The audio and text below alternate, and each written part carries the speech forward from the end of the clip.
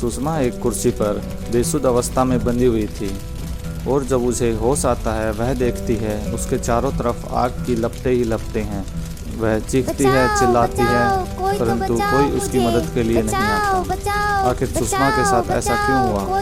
उसकी क्या गलती थी?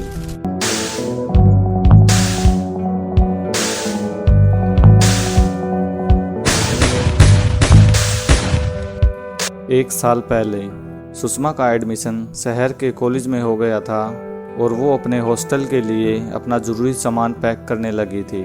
उसके पिताजी उसे शहर में उसके कॉलेज के हॉस्टल तक छोड़ने जाते हैं। मनीषा और आरती सुषमा की रूममेट थी।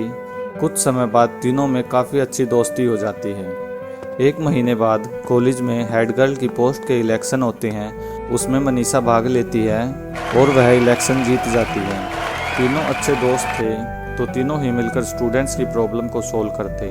सुषमा ज़्यादा सोशल एक्टिव थी तो स्टूडेंट मनीषा से प्रॉब्लम शेयर करने की बजाय सुषमा से ज़्यादा शेयर करते थे, जो कि मनीषा को बिल्कुल पसंद नहीं आ रहा था। देखते ही देखते एक साल निकल जाता है और नेक्स्ट ईयर फिर से कॉलेज हेड गर्ल के इलेक्शन आ जाते हैं। इस बार स्टूडेंट्स की डिमांड पर सुषमा भी इलेक्शन में पार्टिसिपेट करती है। मनीषा को सुषमा का पार्टिसिपेशन बिल्कुल भी पसंद नहीं आता और दोनों के बीच में बहुत कहासुनी भी होती है। मनीषा उसे पार्टिसिपेट नहीं करने की सलाह देती है, किंतु स्टूडेंट्स डिमांड के कारण वह मनीषा की बात नहीं मानती। सुषमा की लड़ाई अब मनीषा और दिव्या से थी। दिव्या भी स्टूडेंट्स में बहुत फेमस थी क्योंकि वह एक जाने माने बिजनेसमैन की लड़की थी।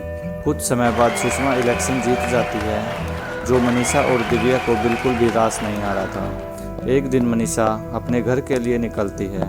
वो कैब बुक करती है और अपने भाई को गांव के स्टैंड से पिक करने के लिए बोल देती है। जब वह अपने गांव से कुछ ही किलोमीटर दूर थी तब एक गाड़ी उनकी कैब के सामने आके रुकती है और कुछ लोग सुषमा को ज़बरदस्ती कैब से उतारकर उसे अपनी गाड़ी में बिठा लेते हैं। कैब ड्राइवर उन्हें रोकने की कोशिश करता है, लेकिन वह उसके सिर पर वार करते हैं और उसे घायल कर देते हैं। सुषमा को वो लोग एक जंगल में बनी झोपड़ी में लाते हैं और वहाँ उसे बांध देते हैं। सुषमा का भाई स्टैंड पर काफ़ी देर से वेट कर रहा था और बार बार सुषमा को फ़ोन कर रहा था और फ़ोन करने पर सुषमा का फ़ोन भी बंद आ रहा था। कुछ समय बाद सुषमा के पिताजी और उसका भाई पुलिस में जाकर मिसिंग कंप्लेन फाइल करते हैं और पुलिस अपनी छानबीन में लग जाती है। अगले दिन पुलिस उनके सब दोस्तों से पूछताछ करते हैं। पूछताछ करने पर पता लगता है कुछ दिन पहले सुषमा और मनीषा का इलेक्शन को लेकर झगड़ा हुआ था। पुलिस मनीषा को पूछताछ के लिए बुलाती है और उसकी कॉल डिटेल्स भी निकालती है, किंतु पुलिस को कुछ नहीं मिलता। लेकिन वह पुलिस को बताती है इस बार सुषमा घर के लिए लेट हो गई थी, बस में ना जाकर कैब में गई थी। पुलिस कैब कंपनी से सुषमा की कैब की डिटेल मांगती है। डिटेल्स मिलते ही पुलिस कैब ड्राइवर के घर पहुंच जाती है, लेकिन उन्हें वहां जाने के बाद पता लगता है कि वो 2 दिन से कोमा में है क्योंकि उसके सिर पर गहरी चोट लगी थी। अब पूरा केस रोहन पर अटक गया था क्योंकि उसी को पता था वहां क्या हुआ था। Police news media and social media पे सुषमा के गुमशुदा की ऐड करवाते हैं और उसकी डिटेल देने वाले को इनाम की घोषणा करते हैं। यह खबर जब किडनैपर्स को पता लगती है वो पूरी झोपड़ी को आग लगा देते हैं। सुषमा कुर्सी से बंधी हुई थी। जैसे ही उसे होश आता है वो देखती है उसके चारों तरफ आग की लपटें फैली हुई हैं। वह चीखती है, चिल्लाती है, लेकिन उसको कोई बचाने नहीं आता और कुछ ही समय में वो अपना दम तोड़ देती है। आग की लपटें बहुत तेज़ थी तो आसपास के गांव वाले पुलिस को खबर देते हैं। पुलिस जब पहुंचती है तो उन्हें सुषमा की जली हुई लाश मिलती है।